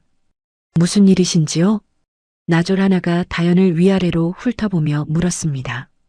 이 근방에 눈먼 박물장수 행색을 한 노파가 지나가는 것을 보지 못하였소? 오늘 밤 큰아들 댁에서 그 노파가 폐물을 훔치려다 들켜 달아났다는 신고가 들어와 우리가 그 뒤를 쫓고 있는 참이요. 다현의 가슴이 철렁 내려앉았습니다. 방금 전 큰형님 댁에서 도망친 그 노파가 지금 자신의 방 안에 앉아 저녁을 먹고 있는 바로 그 할머니라는 것을 직감했던 것이지요. 다연은 애써 태연한 표정을 지으며 나졸들을 바라보았습니다. 저 어른이 정녕 도둑질을 하셨을까? 다연의 머릿속에 방금 전까지 함께 앉아있던 노파의 모습이 떠올랐습니다. 눈이 흐려 앞을 잘 보지 못하면서도 예의를 잃지 않던 말투, 손발을 씻겨드릴 때 미안해하며 몸둘 바를 몰라 하던 태도, 그 어디에도 도둑의 기색은 보이지 않았던 것이지요. 게다가 형님 댁에서 어떤 일이 있었는지는 알 수 없으나 다연은 이미 이 노파가 순순히 물건을 팔러왔다가 봉변을 당했으리라는 것을 어렵지 않게 짐작할 수 있었습니다. 만약 이대로 저 어른을 나졸들 손에 넘긴다면 진이가 가려지기도 전에 매질부터 당하실 것이 뻔하다. 그 생각이 미치자 다연은 마음을 굳혔습니다. 저기 뭔가 오해가 있으신 것 같은데 그 노파라면 제가 잘 아는 분입니다. 나졸들이 의아한 얼굴로 다연을 바라보았습니다. 잘 안다니 그것이 무슨 말이오? 그 어른은 벌써 여러 차례 저희 집에 물건을 팔러 오신 분입니다. 놀이개나 얼레빗 같은 것들을 정직하게 팔러 다니시는 분이지 결코 남의 것을 훔칠 분이 아닙니다. 방금 전에도 저희 집에 오셔서 물건을 파시고 지금은 제가 저녁을 대접해 드리고 있던 참입니다. 다연의 목소리는 떨림 없이 또렷했습니다. 사실과 다른 말을 지어내는 것이 마음에 걸리지 않은 것은 아니었으나 진이가 밝혀지기도 전에 늙은이가 매질부터 당하는 것을 두고 볼 수만은 없었던 것이지요. 나졸 하나가 미심쩍은 눈으로 다연을 바라보다가 물었습니다. 그 노파가 지금 이 집 안에 있다는 말이오? 예, 방금 전 저녁을 드시던 참입니다. 원하신다면 직접 보여드리겠습니다. 다만 연로하신 분이 겁을 먹지 않도록 말씀은 부드럽게 해주십사 부탁드립니다. 다연은 애써 침착한 얼굴로 나졸들을 방문 앞까지 안내했습니다. 방 안에서는 오씨 부인이 미리 인기척을 듣고 자세를 고쳐 앉아 지팡이를 짚은 채 태연히 앉아 있었지요. 나졸들이 방문 틈으로 안을 들여다보니 과연 늙고 눈먼 노파 하나가 얌전히 밥상 앞에 앉아 있을 뿐이었습니다. 듣던 것과는 좀 다르구먼. 큰 댁에서는 폐물을 훔치려다 달아났다고 했는데 다연이 재빨리 말을 보탰습니다. 필시 무슨 오해가 있었을 것입니다. 이 어른이 물건을 팔러 갔다가 밤중에 낯선 손님이라 의심을 사신 것이 아니겠습니까? 제가 여러 번 물건을 사본 적이 있으니 이 어른의 사람됨은 제가 보증하겠습니다. 나졸들은 서로 눈짓을 주고받더니 이내 고개를 끄덕였습니다. 이 댁 작은 며느리가 그리 말씀하시니 일단은 믿어보겠소. 허나 혹여 다시 신고가 들어오면 그때는 관하로 모셔가야 할 것이오. 염려 마십시오. 이 어른은 날이 밝는 대로 제가 마을 밖까지 잘 배웅해 드리겠습니다. 나졸들은 횃불을 든 채 살인문을 나서 다시 어둠 속으로 사라졌습니다. 다연은 그제야 참았던 숨을 길게 내쉬었지요. 방으로 돌아온 다연은 오씨 부인 앞에 다시 앉으며 조심스레 말했습니다. 할머니, 놀라셨지요. 이제 괜찮으니 걱정 마세요. 오씨 부인은 한동안 말을 잇지 못했습니다. 남모르는 늙은이 하나를 지키기 위해 이 젊은 며느리가 관아의 나졸들 앞에서 거짓을 무릅쓰고 나서준 것이었으니까요. 큰 며느리 집에서는 해명 한마디 들어주지 않고 도둑으로 몰아세웠는데 이 작은 며느리는 오히려 자신의 이름을 걸고 낯선 노파를 감싸준 것이었습니다. 아니, 어찌 그런 위험한 거짓을 무릅쓰면서까지 이 늙은이를 감싸주었소? 나졸들 앞에서 거짓을 고하는 것이 얼마나 큰일인지 모르지 않았을 텐데. 다연은 잠시 생각하다가 담담히 답했습니다. 할머니가 정녕 도둑이신지 아닌지 저는 알 길이 없었습니다. 허나 진이가 가려지기도 전에 매부터 맞으시는 것은 그것이야말로 죄 없는 사람을 벌하는 일이 아니겠습니까? 저희 아버지가 늘 말씀하시길 의심스러운 일일수록 더욱 신중히 살펴야 한다고 하셨습니다. 성급한 판단이 죄 없는 사람을 해치는 법이라고요. 오씨 부인은 그 말을 듣고 눈시울이 뜨거워지는 것을 느꼈습니다. 이 젊은 며느리의 마음속에는 사람을 향한 근본적인 믿음과 신중함이 함께 자리하고 있었던 것이지요. 밤이 이슥해지자 다연은 오씨 부인에게 이불을 내어주고는 부엌 옆 작은 방으로 물러갔습니다. 오씨 부인은 이불 속에 누워서도 좀처럼 잠을 이루지 못했지요. 마음 한구석이 뜨겁게 달아올라 있었으니까요. 새벽닭이 울기 전 다연이 아궁이에 불을 지피러 부엌으로 나간 사이 오씨 부인은 조용히 몸을 일으켰습니다. 이대로 아침까지 머물렀다가는 혹시라도 정체가 드러날 위험이 있었고 무엇보다 아직은 며느리들에게 자신의 정체를 밝힐 때가 아니었던 것이지요. 오씨 부인은 지팡이를 짚고 조용히 살인문을 나섰습니다. 부엌 쪽에서 아궁이에 나무 넣는 소리가 달그락달그락 들려왔으나 다연은 노파가 방을 나서는 것을 미처 알아채지 못했지요. 이튿날 아침 다연이 조밥을 새로 지어 방문을 열었을 때 방 안에는 개켜진 이불만 덩그러니 놓여 있을 뿐 노파의 모습은 보이지 않았습니다. 다연은 잠시 어리둥절해하다가 이내 아쉬운 마음이 밀려왔지요. 간밤에 그런 소동까지 있었는데 인사도 없이 어찌 그리 가셨을꼬? 혹여 나졸들이 다시 붙잡아가지는 않으셨을는지. 다연은 혹시나 하는 마음에 미리 챙겨두었던 주먹밥 보따리를 살인문 밖에 놓아둔 채 노파가 지나갔을 언덕길 쪽을 한참 동안 바라보았습니다. 다연은 살인문에 기대어 서서 중얼거렸습니다. 부디 무사히 가셨으면 좋겠는데. 그 말이 아침 안개 속으로 조용히 흩어졌습니다. 다연은 알지 못했습니다. 지난밤 나졸들 앞에서 무릅쓴 그 거짓 한마디가 훗날 이 집안의 운명을 어떻게 바꾸어 놓을지 그때는 그 누구도 짐작하지 못했던 것이랍니다. 큰 며느리 집 대문 앞에서 도둑 취급을 당하고 작은 며느리 집에서 뜻밖의 환대와 목숨을 건 감쌈까지 받은 그날 밤 이후로 오씨 부인은 좀처럼 마음을 다잡지 못했습니다. 종가로 돌아온 새벽 갑순의 도움을 받아 젓갈 냄새 밴 옷을 벗고 뜨거운 물에 몸을 씻었으나 잠자리에 누워도 눈이 감기지 않았지요. 천장을 바라보며 뒤척이는 동안 그날 밤의 장면들이 끝없이 되풀이되어 떠올랐습니다. 큰 며느리 옥진이 코를 틀어막으며 이 거지 노인네가 도둑질한 물건을 팔겠다고 소리치던 그 매서운 얼굴, 그리고 작은 며느리 다연이 나졸들 앞에서 떨림 없는 목소리로 그 어른의 사람됨은 제가 보증하겠습니다 하고 나서 주던 그 결연한 모습이 번갈아가며 눈앞에 어른거렸던 것이지요. 같은 밤 같은 행색으로 나타난 늙은 노파에게 한쪽은 죄를 씌우려 하였고 다른 한쪽은 자신의 이름을 걸고 지켜주었으니 그 차이가 오씨 부인의 마음을 밤새 무겁게 짓눌렀던 것입니다.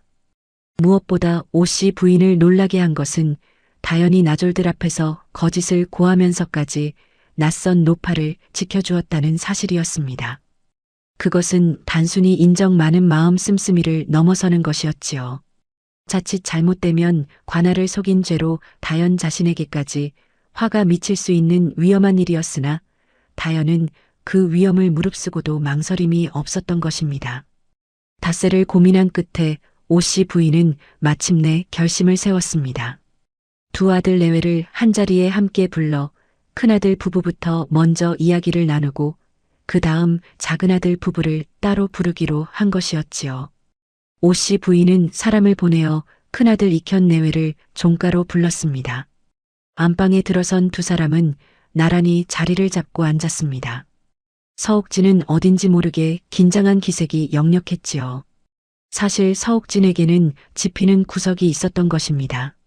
며칠 전 밤 대문 앞에서 도둑으로 몰아 내쫓았던 그 눈먼 노파의 일이 문득문득 마음에 걸렸던 까닭이었지요.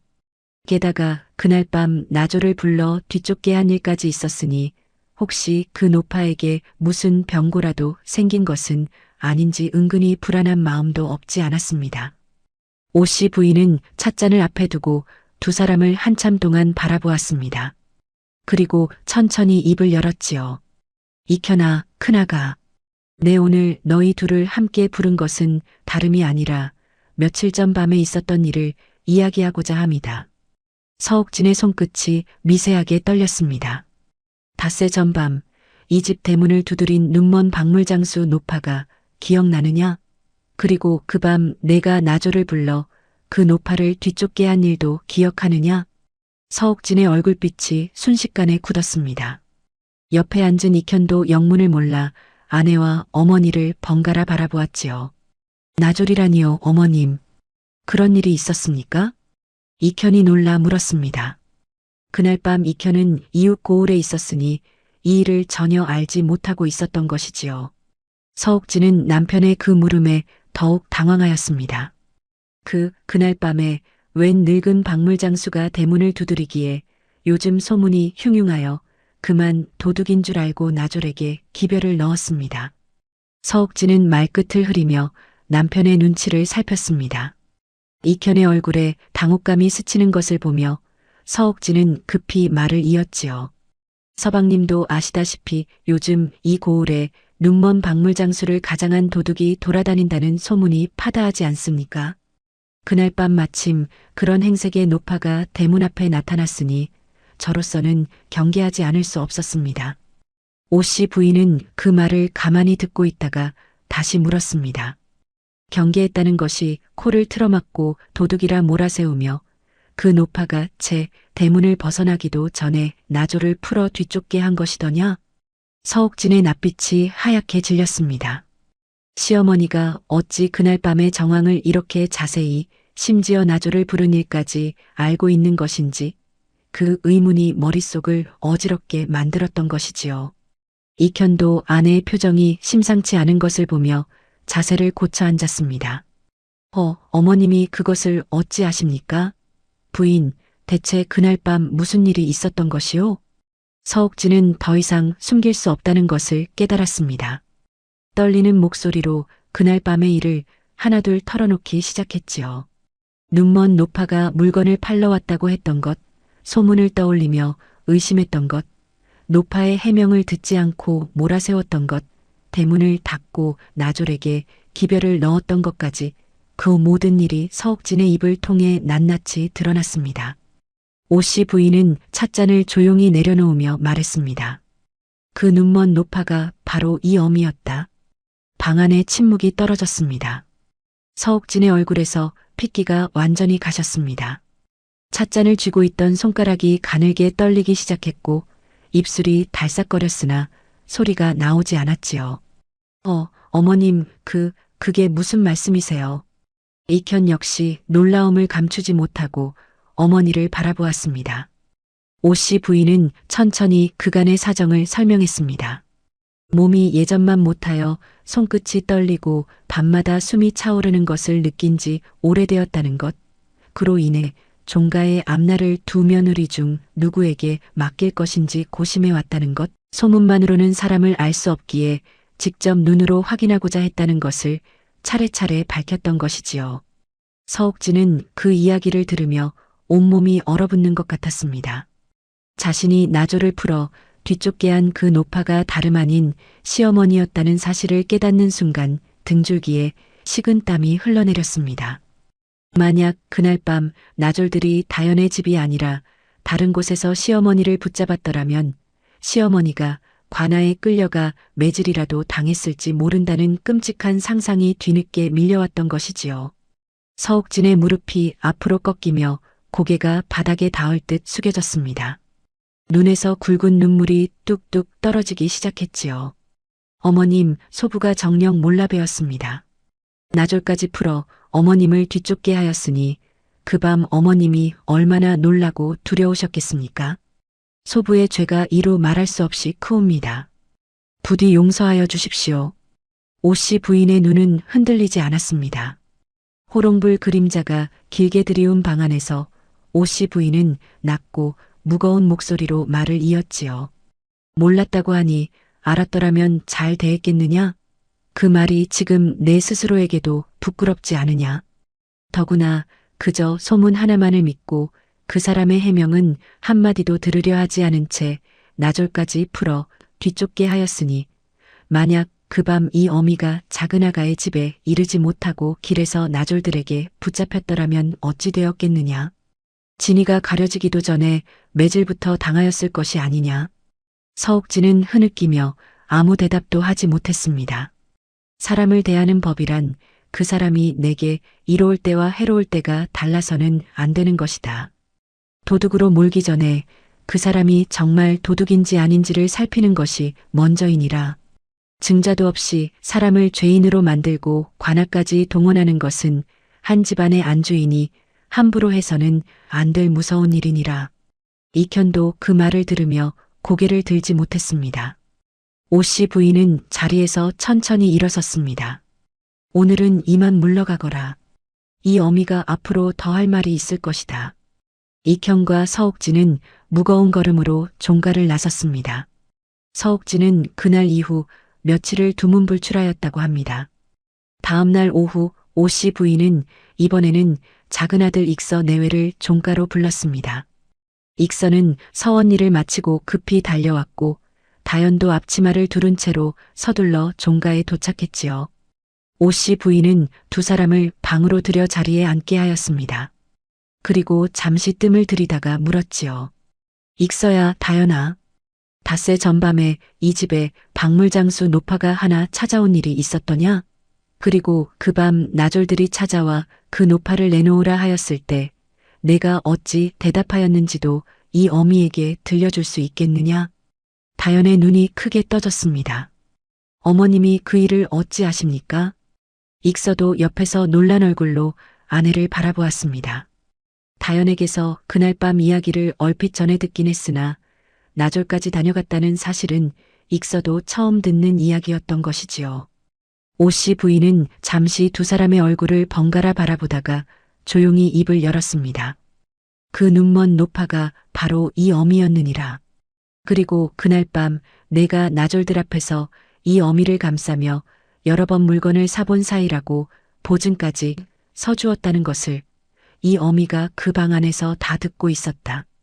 다연의 입이 살짝 벌어졌습니다. 두 손이 저도 모르게 무릎 위에서 꼭 모아졌지요. 그분이 어머님이셨다고요? 다연의 목소리가 떨렸습니다. 그러나 그 놀라움 뒤에 이어지는 반응이 큰 며느리의 것과는 사뭇 달랐습니다. 어머님, 그런데 어찌하여 그런 위험한 일을 하셨어요? 그날 밤 나졸들이 정말로 어머님을 붙잡아 갔더라면 어찌 되었을 뻔하였습니까?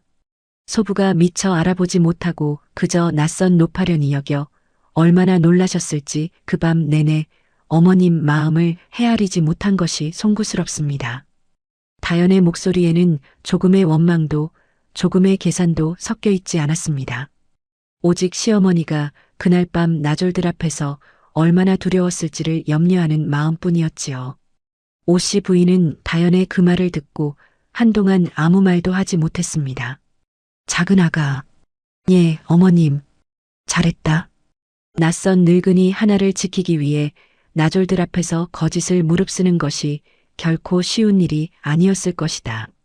자칫하면 내게까지 화가 미칠 수 있는 위험한 일이었는데도 망설임 없이 나서 주었으니 그 마음이 참으로 고맙구나. 다연은 그 말을 듣고 눈가가 붉어졌습니다. 저는 그저 진이가 가려지기도 전에 매부터 맞는 것이 옳지 않다 여겼을 뿐입니다. 어머님이신 줄 알았더라면 더더욱 마땅히 해야 할 일이었지요. 익서가 그 말을 듣고 아내를 바라보며 흐뭇한 미소를 지었습니다. 오씨 부인 역시 그 모습을 보며 마음이 한결 놓이는 것을 느꼈지요. 그날 저녁 오씨 부인은 익서 내외와 함께 종가 마당을 거닐었습니다. 오씨 부인은 마당 한켠에 서서 두 사람에게 말했습니다. 곧 다시 너희를 부를 일이 있을 게다. 다연이 고개를 끄덕이며 답했지요. 예, 어머님. 언제든 부르세요. 오씨 부인은 그 대답을 들으며 천천히 발걸음을 옮겼습니다. 이제 결정을 내려야 할 때가 되었다는 것을 알고 있었습니다. 정체를 밝힌 지 열흘 남짓 지난 어느 날이었습니다.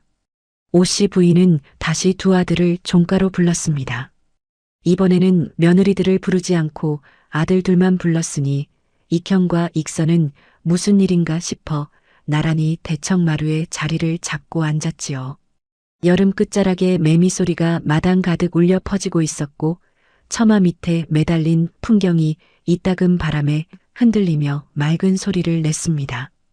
오씨 부인은 한동안 말없이 두 아들의 얼굴을 번갈아 바라보았습니다. 그 침묵이 길어지자 큰아들 이현이 먼저 조심스레 입을 열었지요. 어머님, 무슨 일로 급히 부르셨습니까? 오씨 부인은 찻잔을 매만지며 등을 곧게 세웠습니다. 그리고 한 글자 한 글자에 힘을 실어 말하기 시작했지요. 너희 둘을 부른 것은 이 집안의 소임에 관한 일이다. 내가 요즘 들어 몸이 예전만 못하다는 것을 너희도 짐작하고 있을 게다. 이제 종가의 곳간 열쇠와 제사 소임을 며느리에게 넘겨야 할 때가 되었구나. 이현의 얼굴에 순간 안도의 빛이 스쳤습니다. 관례대로라면 큰 며느리인 자기 아내 옥진에게 돌아가는 것이 마땅한 일이었으니까요. 그러나 오씨 부인의 다음 말은 이현의 예상을 완전히 벗어난 것이었습니다. 우리 집안의 소임은 둘째 다연이에게 맡기려 한다. 대청마루에 무거운 침묵이 내려앉았습니다. 이현의 눈이 크게 떠졌고 익서는 놀란 얼굴로 어머니를 바라보았지요. 익서가 먼저 조심스레 입을 열었습니다. 어머님, 그것은 관례에 어긋나는 일이 아닙니까? 형수님이 계신데 소임이 저희 집사람에게 온다는 것은 관례가 사람보다 앞서는 법은 없느니라.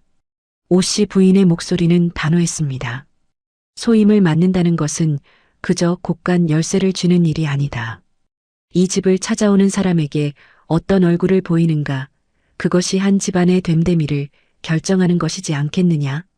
큰 아가는 그날 밤 낯선 이의 사정을 살피지도 않고 도둑으로 몰아나졸까지 풀어 뒤쫓게 하였다. 만약 그 밤 이 어미가 다연이의 집에 이르지 못했더라면 어찌 되었을지 이현이 너도 짐작이 갈 것이다. 반면 다연이는 진이도 가려지지 않은 낯선 늙은이를 위해 제 몸에 화가 미칠 위험까지 무릅쓰고 나섰느니라. 이것이 어찌 작은 차이겠느냐. 이현의 얼굴이 서서히 굳어졌습니다. 입술을 꽉 다문 채 아무 말도 하지 못했으나 그 눈빛에는 착잡함이 가득했지요. 나조를 풀어 뒤쫓게 한 일까지 낱낱이 드러난 지금 아내를 감싸고 싶은 마음이 있어도 더 이상 변명할 여지가 없다는 것을 이현은 잘 알고 있었던 것입니다. 어머님의 뜻이 그러하시다면 따르겠습니다.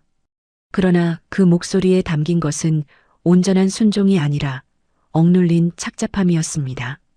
이현이 집으로 돌아와 아내 서옥진에게 이 소식을 전한 것은 그날 저녁이었습니다.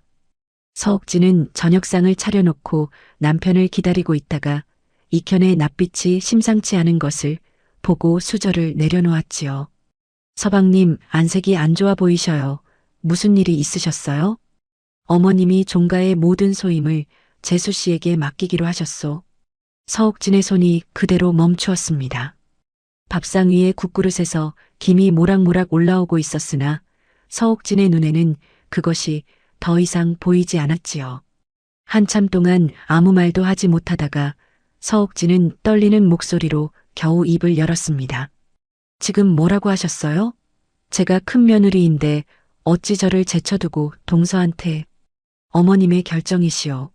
나졸까지 풀어 어머님을 뒤쫓게 한 일이 얼마나 무서운 일이었는지 당신도 그날 어머님 앞에서 직접 듣지 않았소. 그것은 제가 몰라서 그런 것이 아닙니까? 그날 밤 이미 백배사죄하지 않았습니까? 그 일 하나 때문에 이토록 큰 벌을 받아야 하는 것입니까? 서옥진의 목소리가 점점 높아졌습니다. 분노와 억울함이 뒤엉켜 올라오고 있었지요. 이건 어머님이 저를 업신여기시는 거예요. 친정이 옹기 굽는 집안인 동서한테 집안을 맡기시다니요. 집안에 체면이 있지, 체면이. 서옥진이 밥상을 밀쳐내며 눈물을 쏟았습니다. 국그릇이 기울어 국물이 상보 위로 흘렀으나 서옥진은 그것을 신경 쓸 겨를이 없었지요. 이현은 아내의 울음을 가만히 지켜보았습니다. 처음에는 아내의 편을 들어야 한다는 생각이 앞섰으나 이현의 마음 한구석에는 며칠 전 어머니에게서 직접 들었던 그날 밤의 이야기가 여전히 걸려 있었던 것입니다. 눈먼 노파가 도둑으로 몰려 대문 밖에서 쫓겨났다는 것, 해명 한마디 들으려 하지 않고 나졸까지 풀어 뒤쫓게 했다는 것, 그 노파가 다름 아닌 어머니였고, 만약 다연이가 아니었더라면 어머니가 어떤 봉변을 당했을지 모른다는 것, 그 모든 이야기를 익혀는 이미 전에 들은 터였습니다. 처음 그 이야기를 들었을 때는 창피하고 당혹스러운 마음에 그저 고개를 숙이고만 있었으나 시간이 지나면서 아내의 평소 행동들이 하나둘 머릿속에 떠오르기 시작했던 것이지요. 몸종 3월이 그릇을 깨뜨렸을 때 매섭게 나무라던 모습, 저작거리에서 행색이 남루한 노인이 말을 걸자 눈길도 주지 않고 지나치던 모습, 이웃집 아이가 담장 너머로 넘어온 공을 주우러 오자 버릇없는 집안이라며 혀를 차던 모습, 그런 작은 기억들이 하나씩 떠올랐고 그것들이 모여서 만드는 그림이 어머니가 그날 밤 겪었던 그 그림과 크게 다르지 않다는 것을 익혀는 부정할 수가 없었습니다.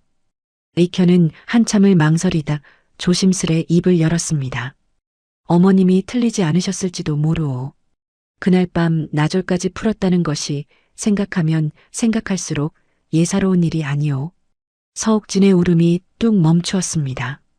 고개를 번쩍 들고 남편을 바라보았지요. 눈에 눈물이 그렁그렁한 채로 그 눈물 속에 배신감이 이글거리고 있었습니다. 서방님도 어머님 편이세요?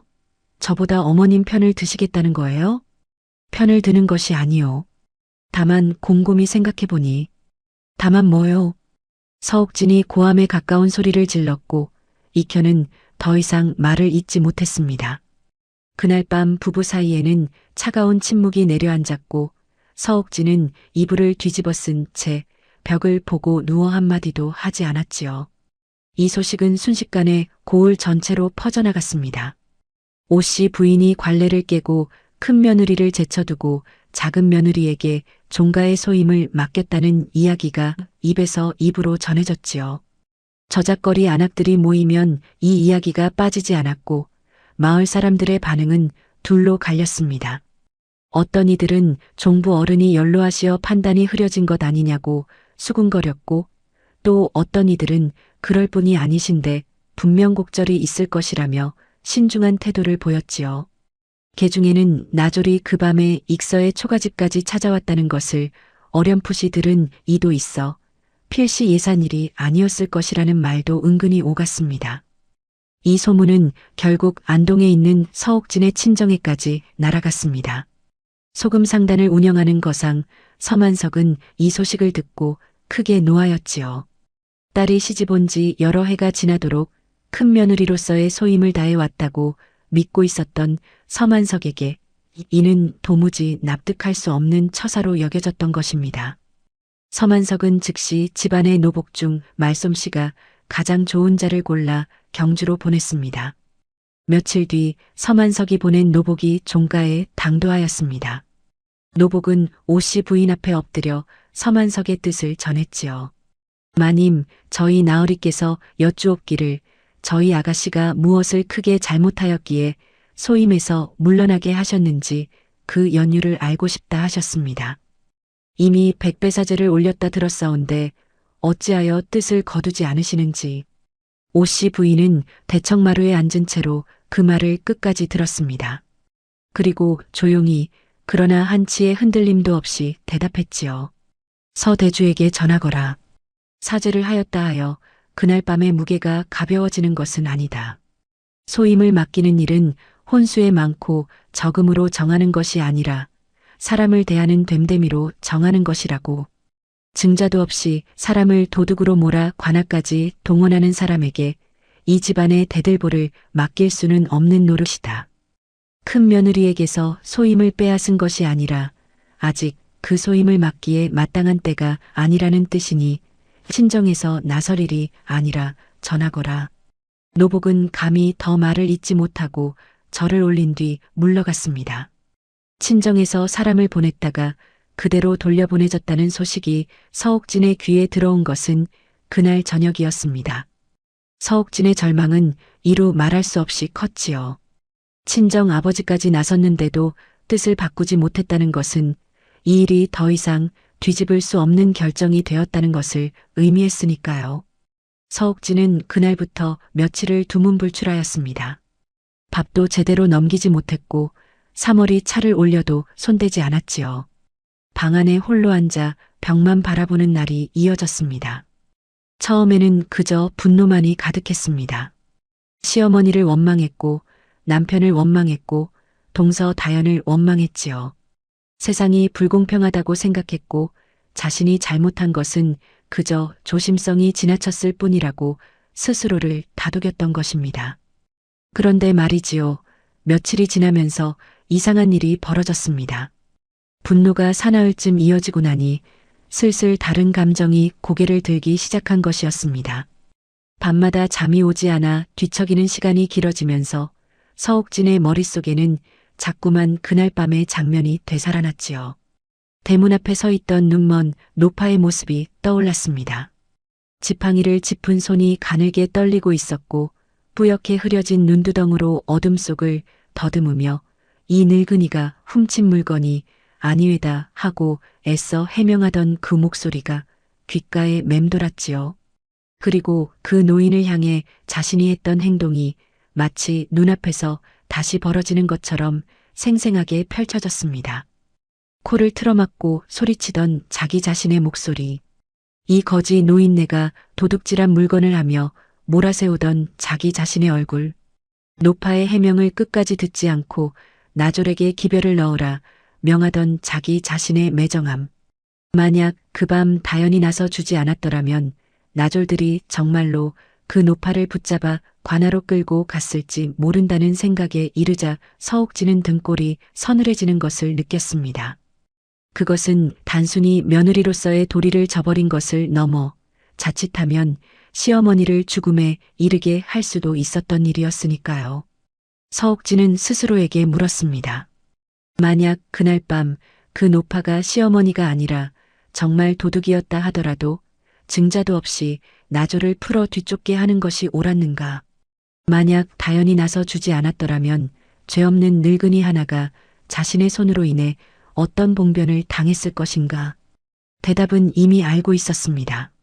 그 노파가 누구였든 서옥진은 소문 하나만을 믿고 똑같이 매몰차게 대했을 것이라는 것을요.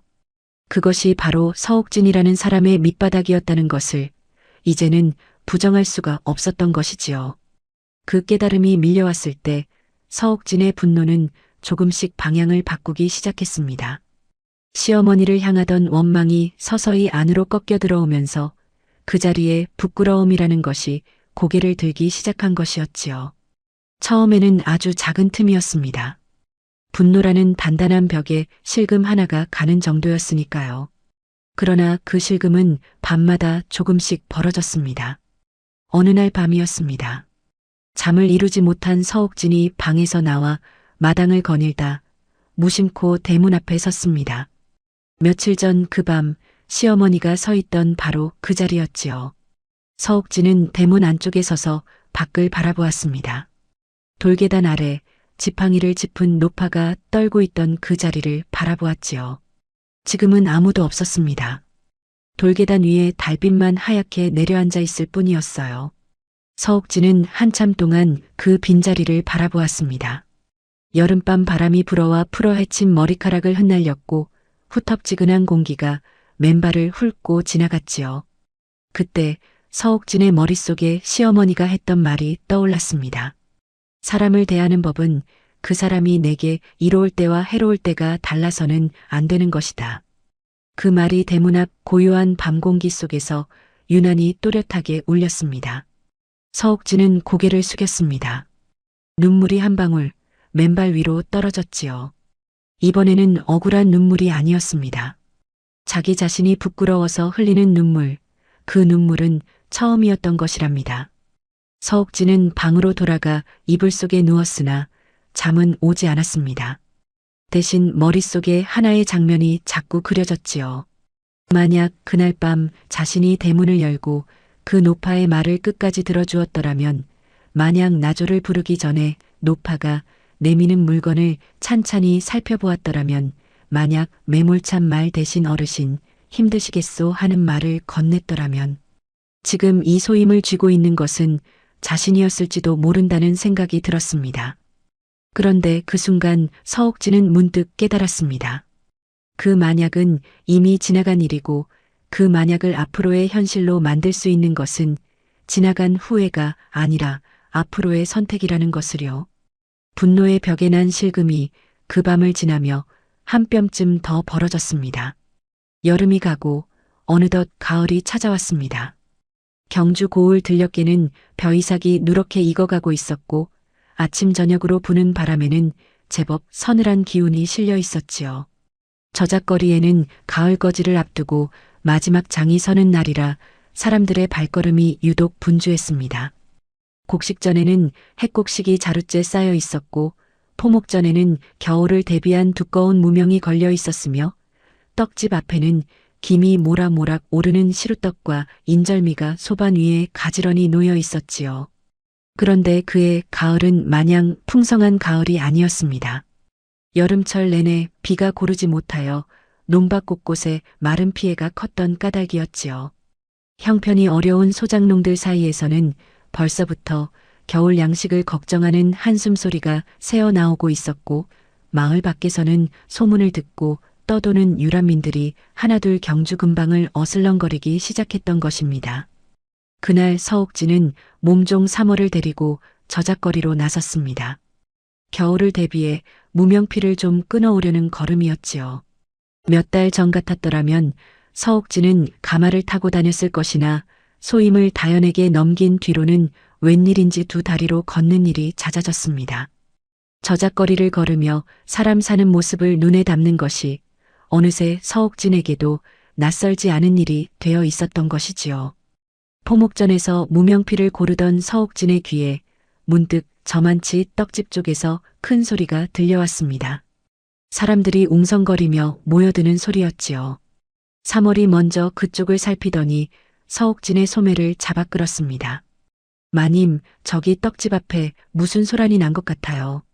서옥진과 3월이 사람들 틈을 비집고 다가가 보니 떡집 주인이 몽둥이를 든 채 씩씩거리고 있었고 그 앞에는 10살 남짓되어 보이는 사내아이와 그보다 어린 계집아이가 잔뜩 겁에 질린 얼굴로 웅크리고 있었습니다. 두 아이 모두 옷은 다 헤어져 살같이 드러나 있었고 얼굴에는 며칠은 굶은 듯한 핏기 없는 낯빛이 역력했지요. 사내아이는 동생을 등 뒤로 감추듯 팔을 벌리고 서서 떡집 주인의 몽둥이를 온몸으로 막아내려는 자세를 취하고 있었습니다. 이 도둑놈의 새끼들, 감히 남의 떡을 훔쳐먹으려 들어 어디서 굴러먹던 놈들인지 몰라도 오늘 아주 혼쭐을 내주마. 떡집 주인이 몽둥이를 들어 올리려 하자 사내아이가 다급하게 소리쳤습니다. 훔친 게 아니에요. 그저 냄새만 맡으려고 가까이 갔던 것뿐이에요. 동생이 며칠을 굶어서 그저 냄새라도. 그 말을 내가 믿을 성싶으냐? 내 놈들 같은 거지 아이들이 한둘이 아니다. 오늘 본보기로 매를 맞아야 다시는 이 근처에 얼씬거리지 않을 것이야. 떡집 주인은 아이의 해명을 들으려 하지도 않고 몽둥이를 다시 치켜들었습니다. 주변에 모여든 사람들 중 몇몇은 혀를 차며 고개를 돌렸으나 선뜻 나서서 말리는 이는 없었지요. 그 광경을 지켜보던 서옥진의 가슴이 순간 철렁 내려앉았습니다. 몽둥이를 치켜든 떡집 주인의 얼굴 위로 몇 달 전 대문 앞에서 눈먼 노파를 향해 삿대질하던 자기 자신의 모습이 겹쳐 보였던 것이지요. 이 거지 노인네가 도둑질한 물건을 하며 코를 틀어막고 몰아세우던 그날 밤의 목소리가 지금 이 떡집 주인의 목소리와 겹쳐지며 귓가에 울렸습니다. 해명을 들으려 하지 않고 그저 행색과 소문만으로 사람을 죄인으로 몰아세우던 그 매몰참이 지금 눈앞에 저 사내아이에게 그대로 되풀이되고 있었던 것입니다. 서옥진은 그 자리에 얼어붙은 듯 서 있다가 문득 정신이 번쩍 들었습니다. 그때 자신을 향해 아무도 나서 주지 않았더라면, 그리고 나중에 그것이 시어머니였다는 것이 밝혀지지 않았더라면 자신은 지금까지도 그 잘못을 깨닫지 못한 채 살아가고 있었을지도 모른다는 생각이 스쳤던 것이지요. 그렇다면 지금 이 순간 저 아이들 앞에서 아무 말도 하지 않고 지나친다면 자신은 예전에 그 모습에서 한 걸음도 나아가지 못한 것이 아니겠습니까? 서옥진은 사람들 사이를 헤치고 앞으로 나섰습니다. 잠시 멈추시오. 떡집 주인이 몽둥이를 든 채로 서옥진을 돌아보았습니다. 서옥진의 옷차림새를 보고는 예사 사람이 아님을 짐작했는지 몽둥이를 슬며시 내리며 물었지요. 뉘신데 남의 장사에 끼어드시는 것이오? 이 아이가 정령 떡을 훔치는 것을 두 눈으로 직접 보셨소? 서옥진의 물음에 떡집 주인은 잠시 머뭇거렸습니다. 그것이 떡 앞에 얼쩡거리며 손을 뻗치려는 것을 보았소. 손을 뻗쳤다는 것과 실제로 훔쳐갔다는 것은 다른 일이 아니오. 이 아이는 그저 냄새를 맡으려 했다 하지 않았소. 증자도 없이 아이를 도둑으로 몰아 매질을 하려는 것이 어찌 사람이 할 도리이겠소? 서옥진의 목소리는 낮았으나 단호했습니다. 떡집 주인은 그 기세에 눌려 더 이상 말을 잇지 못하였지요. 서옥진은 품에서 엽전 몇 잎을 꺼내 소반 위에 올려놓았습니다. 이 아이들이 먹을 만큼의 떡값이오. 이것으로 되었소? 떡집 주인은 엽전을 받아들고는 뭐라 대꾸할 말을 찾지 못한 채 슬그머니 몽둥이를 내려놓았습니다. 서옥진은 몸을 낮추어 두 아이와 눈높이를 맞추었지요. 가까이서 보니 아이들의 몰골은 더욱 처참했습니다. 며칠은 굶은 듯 볼이 움푹 꺼져 있었고 맨발에는 상처투성이었지요. 너희들 부모는 어디 계시느냐? 사내아이가 고개를 떨구며 답했습니다. 흉년에 아버지가 병으로 돌아가시고 어머니는 저희를 데리고 떠돌다가 지난달에 그만. 더 이상 말을 잇지 못하고 아이의 눈에 눈물이 그렁그렁 맺혔습니다. 동생인 계집아이는 오빠의 옷자락을 꼭 붙든 채 낯선 사람들 사이에서 겁에 질려 있었지요. 서옥진은 그 모습을 보며 가슴이 저릿해지는 것을 느꼈습니다. 몇 달 전이었다면 이런 사연을 듣고도 그저 스쳐 지나갔을지도 모를 일이었으나 지금의 서옥진에게는 그럴 수가 없었던 것입니다. 3월아, 이 아이들을 우리 집으로 데려가야겠다.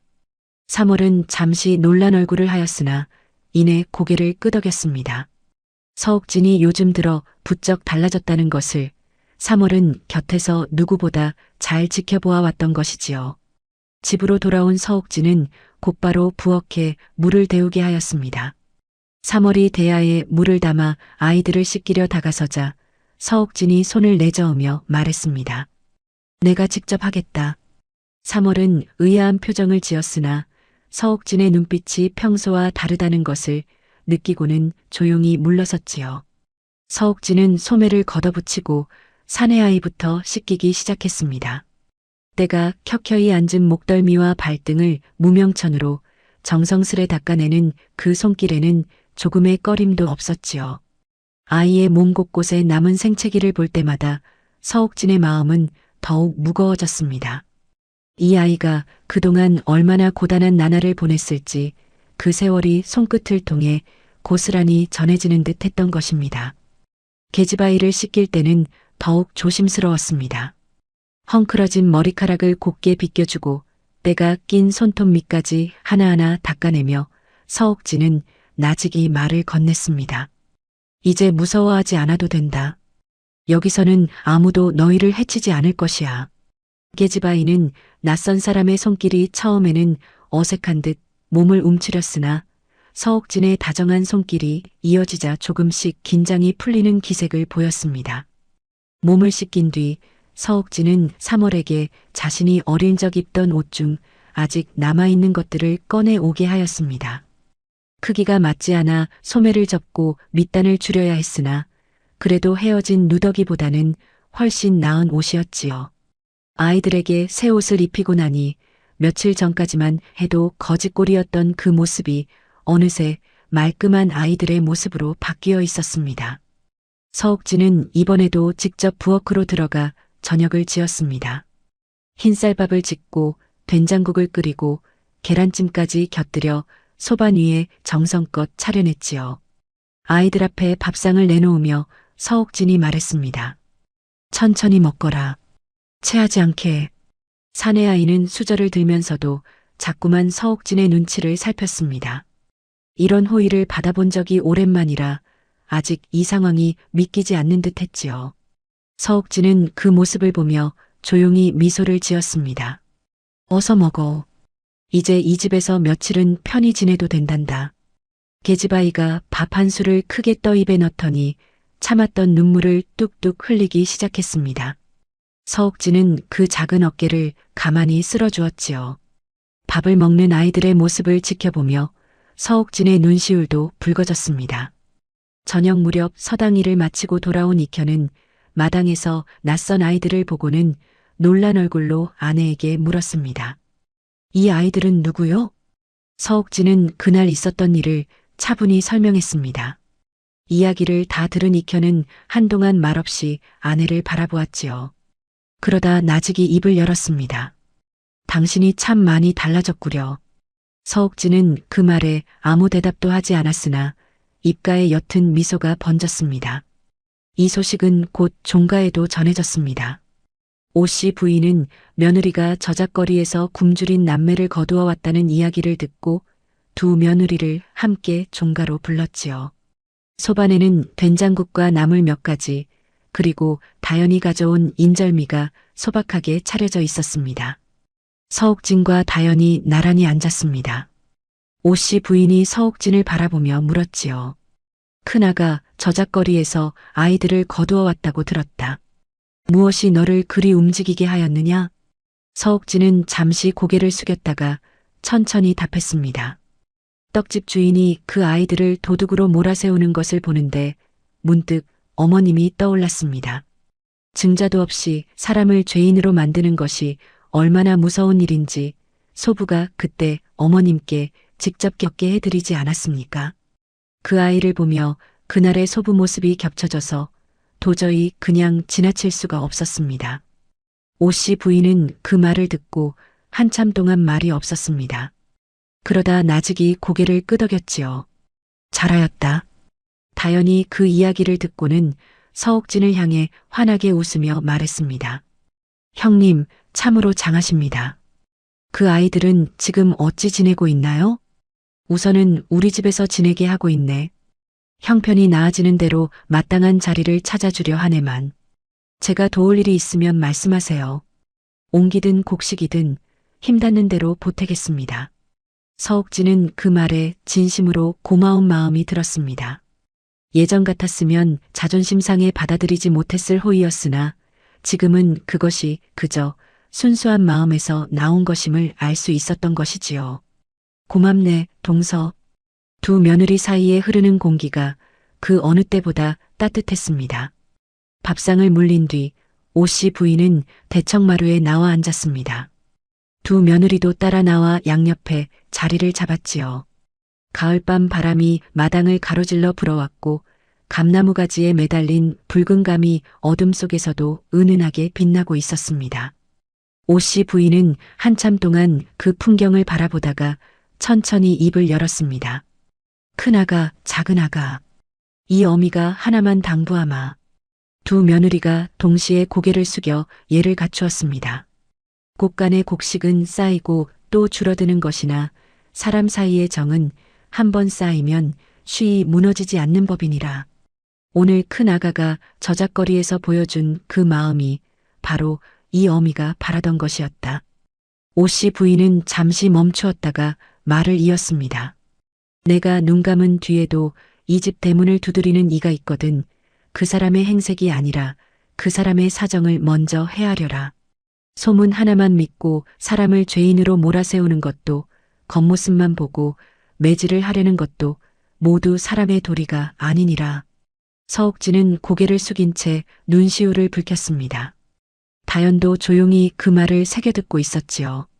겨울이 오고 다시 봄이 오고 또 여름과 가을이 지나갔습니다. 서옥진이 거두어들인 남매는 그 뒤로 익현 내외의 보살핌을 받으며 건강하게 자라났고 사내 아이는 훗날 종가의 일을 돕는 서사가 되어 은혜를 갚았다고 전해집니다.